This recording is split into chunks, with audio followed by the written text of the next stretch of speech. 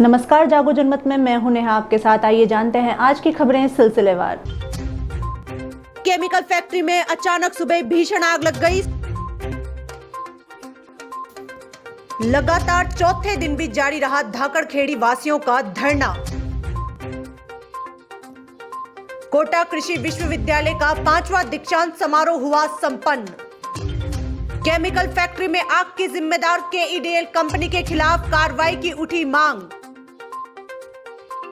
Doctor Vijay Singh Indian football association के selectors committee के बने सदस्य। देर रात घर के बाहर खड़ी हुई क्रेटा कार हुई चोरी। अब खबरें विस्तार से। एक केमिकल फैक्ट्री में अचानक सुबह भीषण आग लग गई। सूचना मिलने के बाद नगर निगम की दमकल मौके पर पहुंची। एक के बाद एक दमकल शहर में दौड़ती रही।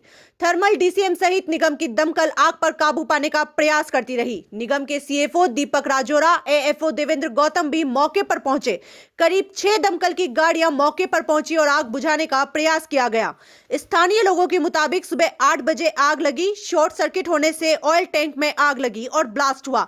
फैक्ट्री में दवाई बनाने का केमिकल था जो विदेशों में एक्सपोर्ट किया जाता है। आग लगने से 50 से 60 करोड़ का नुकसान का अनुमान है। फिलहाल आग पर काबू नहीं पाया जा सका। पुलिस व प्रशासन अधिकारी मौके पर पहुंचे और आसपास के इलाकों को खाली करवाया गया। गाड़ियाँ जितनी भी निगम की थी हमने पूरे संसाधन लगा दिए हैं।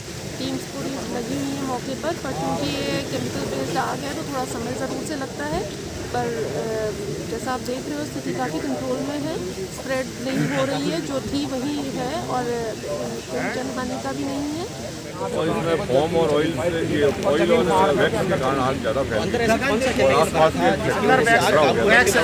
नियंत्रण में है और पुलिस प्रशासन, फायर ब्रिगेड, नगर निगम के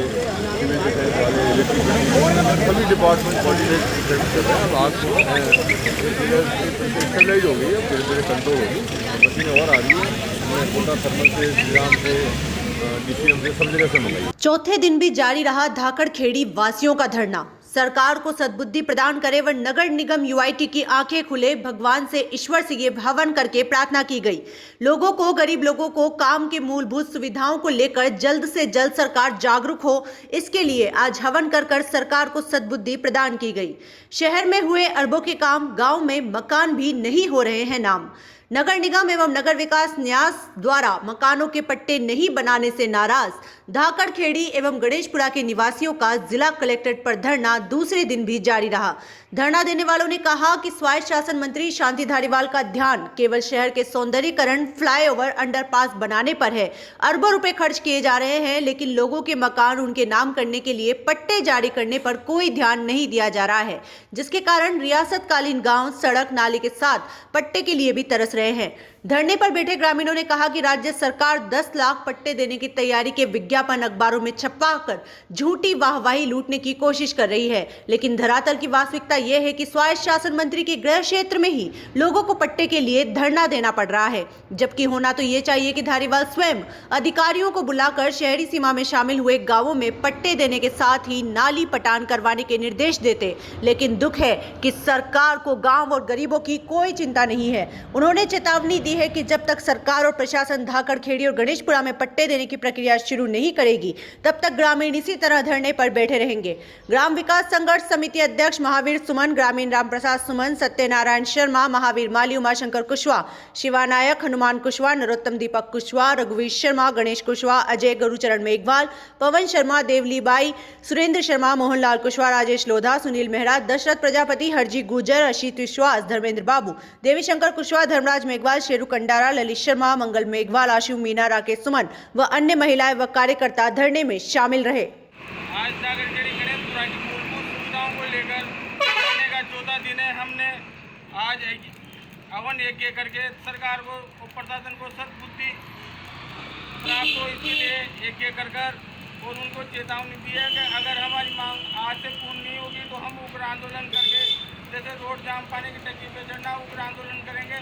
उग्र आंदोलन में अगर कोई जान मान की हानि होती है तो उसकी जिम्मेदार राज्य सरकार और नगर निगम यूआईटी और जिला कलेक्टर महोदय रहेंगे, जबकि हम लगातार चौथे दिन आज धरना देकर कोटा कृषि विद्यालय का 5वां दीक्षांत समारोह हुआ संपन्न। दीक्षांत समारोह कोटा के श्रीनाथपुरम स्थित यूआईटी ऑडिटोरियम में आयोजित किया गया। कार्यक्रम में राज्यपाल कलराज मिश्र का आना प्रस्तावित था, लेकिन ऐन वक्त पर एयर ट्रैफिक क्लियरेंस नहीं मिलने से राज्यपाल कोटा नहीं आ सके और उन्होंने वर्चुअल माध्यम से दीक्षांत समारोह की अध्यक्षता की। दीक्षांत समारोह का संचालन कृषि विश्वविद्यालय कोटा के बीसी डॉक्टर डीसी जोशी ने किया। विशिष्ट अतिथि कृषि मंत्री लालचंद कटारिया थे, जबकि भारत मौसम विज्ञान विभाग के पूर्व डीजी लक्ष्मण सिंह राठौड़ कार्यक्रम के मुख्य अतिथि रहे। दीक्षांत समारोह में सफल विद्यार्थियों को डिग्रियां और स्वर्ण पदक प्रदान किए गए। राज्यपाल ने अपने उद्बोधन में चंबल नदी के तट पर बसे शिक्षा नगरी कोटा की प्रशंसा की और कृषि क्षेत्र में सुधारात्मक उपाय अपनाने पर जोर दिया। वहीं कार्यक्रम के विशिष्ट अतिथि कृषि मंत्री लालचंद कटारिया ने कहा कि वर्तमान में जैविक कृषि की ओर लोगों का काफी रुझान है, क्योंकि केमिकल्स के यूज के कारण न केवल जमीन की उर्वरता क्षमता खराब हो रही है, बल्कि लोगों की सेहत पर भी इसका बुरा असर पड़ रहा है। और कृषि विश्वविद्यालय यहां से पढ़ लिख कर निकलने वाले लोग इस क्षेत्र में क्रांतिकारी बदलाव ला सकते हैं। जैविक कृषि को बढ़ावा देने के लिए सरकार भी हर संभव मदद कर रही है। कोटा विज्ञान नगर थाना इलाके में इंडस्ट्रियल एरिया में केमिकल फैक्ट्री में आग लगने के कारण जिम्मेदार कंपनी KEDL के खिलाफ मुकदमा दर्ज करने और अधिकारियों के खिलाफ गिरफ्तार वारंट जारी करने की मांग को लेकर कांग्रेस जन जिला कांग्रेस महामंत्री विपिन बरथुनिया, सचिव और पार्षद साजिद खान लाला भाई, वरिष्ठ कांग्रेस नेता अजय भान सिंह शक्तावत ने पुलिस अधीक्षक को ज्ञापन दिया। जिला कांग्रेस महामंत्री विपिन बरथुनिया ने कहा कि निजी बिजली कंपनी जब से कोटा में आई है, तब से इसकी लापरवाही के चलते कोटा की जनता को, कोटा के व्यापारियों और उद्योगपतियों को भारी नुकसान पर उठाना पड़ रहा है। आए दिन निजी बिजली कंपनी की लापरवाही के कारण किसी की जान जा रही है या किसी आगजनी के कारण भारी जान माल का नुकसान उठाना पड़ रहा है, पर हर बार मुआवजे की गोली देकर ये कंपनी बच जाती है। पहले भी इन्होंने गिरफ्तारी पर स्टे ले रखा है, पर इस बार मुकदमा इस तरह से दर्ज किया जाए कि उस पर किसी प्रकार का इस्तेमाल ये ना ले पाए, इनकी गिरफ्तारी हो सके, साथ ही जुर्माने के रूप में इनसे 4 गुना मुआवजा वसूला जाए, जिससे निजी बिजली कंपनी KEDL को सबक मिल सके और भविष्य में ऐसी घटना ना हो सके। ज्ञापन देने वालों में मुख्य रूप से सेवा दल प्रदेश सचिव अमित सूद, जिला कांग्रेस महामंत्री डॉक्टर विजय सोनी, SC प्रकोष्ठ अध्यक्ष दिनेश खटीक, महिला मंत्री माया जैन, दिलीप माधवानी, ब्रजेश खींची, दीपक शर्मा, असलम बेग, अख्तर अहमद, चेतन मेवाड़ा, चंद्रशेखर सैनी, चित्रांशु शर्मा, रमेश सुमन, पवन वर्मा, हकीम भाई आदि कांग्रेस जन उपस्थित रहे। आज जिस तरह से केमिकल फैक्ट्री के अंदर एक KEDL कंपनी की वजह से इतना बड़ा हादसा हुआ है, बिजली कंपनी है जो आग लगने के बाद भी उसने 2 घंटे तक बिजली कंपनी ने कट ऑफ नहीं किया और उसका नतीजा ऐसा रहा कि उसमें भीषण आग लगी और कम से कम 100 करोड़ का नुकसान हुआ। इसके लिए आज SP साहब को हम ज्ञापन देने आए हैं और हम ये चाहते हैं कि अगर 7 दिन के अंदर इनका गिरफ्तारी वारंट जारी नहीं होता तो नए वर्ष की शुरुआत हम KEDL के ऑफिस में बहुत बड़ा एक विशाल प्रदर्शन करके करेंगे और KEDL को जाम कर देंगे, इसको बैठने नहीं देंगे इनके अधिकारी को। Doctor Vijay Singh Indian football association के सिलेक्टर्स कमेटी के बने सदस्य। कोटा विश्वविद्यालय के sports director doctor Vijay Singh को इंटर जोन टूर्नामेंट के लिए निष्पक्ष ऑब्जर्वर और सिलेक्टर्स कमेटी में सदस्य के तौर पर शामिल किया गया है। इसकी घोषणा इंडियन फुटबॉल एसोसिएशन की ओर से की गई। पश्चिम क्षेत्र से 4 क्वालिफाइड टीमें पुणे, कोल्हापुर, कोटा, मुंबई, अब पूर्व, उत्तर और दक्षिण की अन्य 4 क्वालिफाइड टीमों से अन्नामलाई यूनिवर्सिटी तमिलनाडु में होने वाले इंटर जोन टूर्नामेंट में भिड़ेगी। इंटर जोन टूर्नामेंट 27 दिसंबर से होंगे।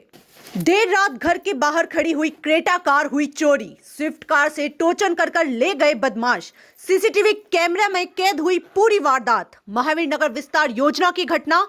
पीड़ित अभिषेक तिवारी ने दर्ज कराई रिपोर्ट। तो हमारी गाड़ी यहाँ खड़ी रहती है, नॉर्मली मेरा घर है, मेरे घर के नीचे मेरी गाड़ी खड़ी थी।